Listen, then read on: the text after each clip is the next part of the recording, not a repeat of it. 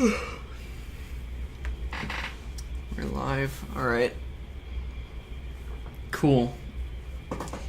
Hi guys. My name is Thepsychoripper, and this is Resident Evil 2. Before I do the run, I do want to mention that you'll see that it says the game is Biohazard 2. That's because I'm playing the PC version of the game, which was only ever released in Japan, so it would be called Biohazard over there. And yeah, there are a couple of differences with the PC version that I'll mention throughout the run, but let's go ahead and hop right into it. Playing Claire A, and I will give the signal to go once I cancel this upcoming cutscene. I'll just let you know. Alright. 3, 2, 1, go. Alright. So first things first, before we do a whole lot, I'm gonna run to this, run through the wrecked streets of Raccoon City to get to the gun shop. This is where the first cutscene happens. We're just gonna let this play out. Who are you? What are you doing here? Don't shoot! I'm a human!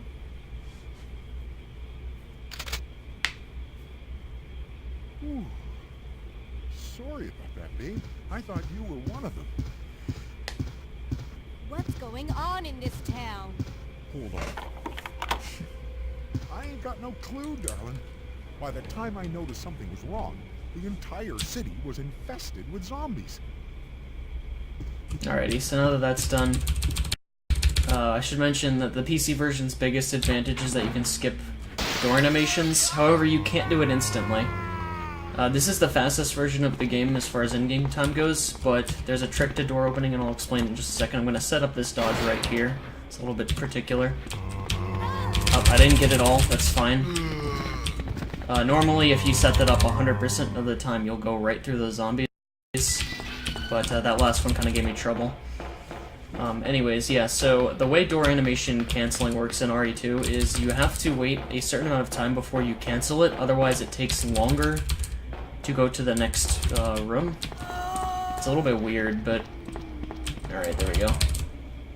One thing I want to mention about RE2 is the Resident Evil games, the classic ones anyways, are less about glitches and more about just knowing enemy patterns, routing item pickups, and other little things. So this isn't really like a glitch.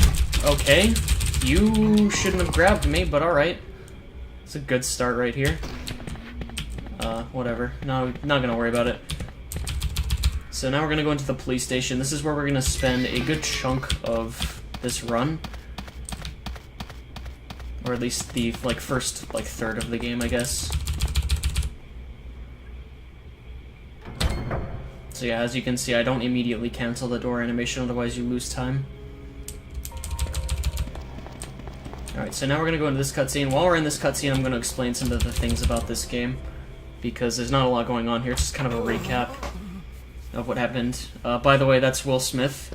He was in Men in Black. He was also in 7 Pounds. That was a really good movie, by the way. But the main thing with this category is that it's Claire A. What that means is that there's 2 characters you can play as in Resident Evil 2. There's Claire and Leon, and each one of them has an A scenario and a B scenario. When you play one character's plays one character, you get their A scenario, and then follow up by playing as the other character's B scenario. So we're playing as Claire in the first half of the story. That's what the whole Claire A thing means. The main things with differences between the characters, unlike Resident Evil 1, the characters are the same. Both characters get 8 inventory slots, and both of them have the same amount of health. The main difference is just the story and where things are placed in the route through all the areas is different. There's other side characters that are attached to each character as well. But another thing about this, about Claire, is that she has a smaller hitbox than Leon, so a lot of dodging can be a bit easier with Claire.